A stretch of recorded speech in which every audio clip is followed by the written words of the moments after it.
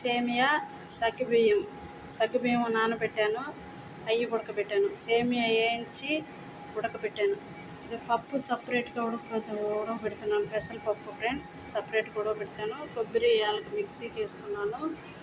చూద్దాం మిగతా process friends. ఇదిగోండి ఫ్రెండ్స్, పెసరపప్పు ఉడకబెట్టుకున్నాం, ఇందులో వేసుకున్నాము.